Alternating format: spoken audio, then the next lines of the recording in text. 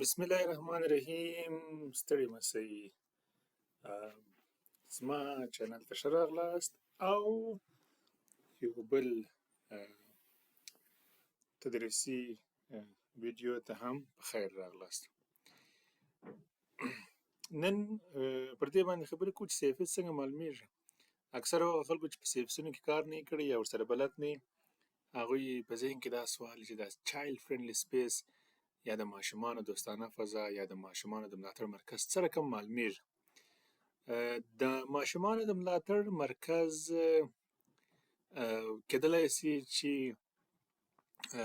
مختلف ډول جوړښتونه ولري او دا تر ډېره حده پورې په امکاناتو پورې اړه لري، په محیط او په ماحول پورې اړه لري چې تاسې چیرې په کوم ډول یو کانټکس کې، په کوم ډول یو محیط کې، په کوم ډول یو حالاتو کې تاسې یو CFS رامنځته کوئ.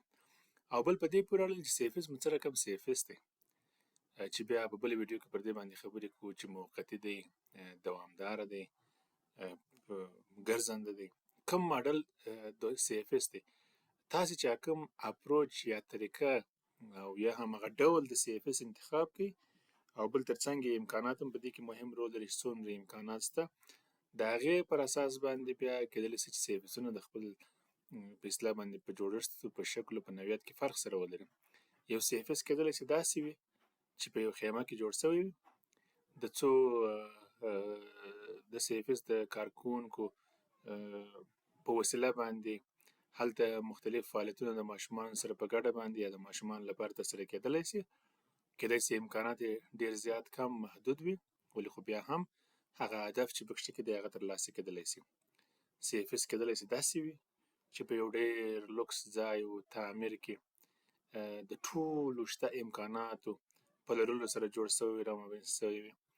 CFS کېدلی شي په عاجلو حالاتو کې یو ډېره زیاته عادي خیمه د هغې څخه په استفاده او د یو څه بیسیک شیانو آماده کولو په مټ باندې رامنځته شوی یا جوړ شوی وي.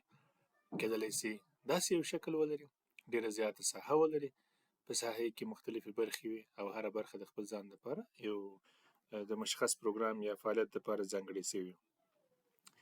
په بعضو وختونو کې بعضې CFS-ونه چې په عاجلو حالاتو کې په ډېره کمو امکاناتو باندې جوړېږي، هغه کېدای شي داسې وي د څو لرګیو په راتاوولو سره د ماشومانو لپاره د یو مناسب ځای برابرول او د ډېرو لوبو او د نورو توکو په نشتون کې د کلتوري او دودیزو او ټولنیزو امکاناتو، لوبو، کیسو او نورو څخه په استفادې باندې کېدلی شي چې جوړ شي.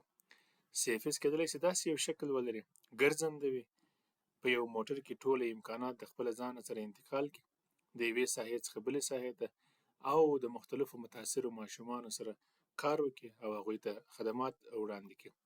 CFS کېدلی شي داسې یو شکل ولري چې ګرځنده وي، ولې ډېر زیات مجهز وي، چې یو کامل موټر کې ټوله سیټ اپ شوی وي، ټول امکانات هلته ځای پر ځای شوي وي او هغه د خوځښت په حال کې وي د یوه ځای څخه بل ځای ته، او بیا هم په داخل کې د فعالیتونو او د باندې فعالیتونو لپاره په خپل ځان کې امکانات ولري.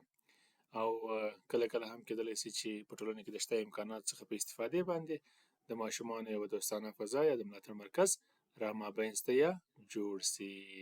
ډېره زیاته مننه. ښې چارې د بیا لیدو په هیله.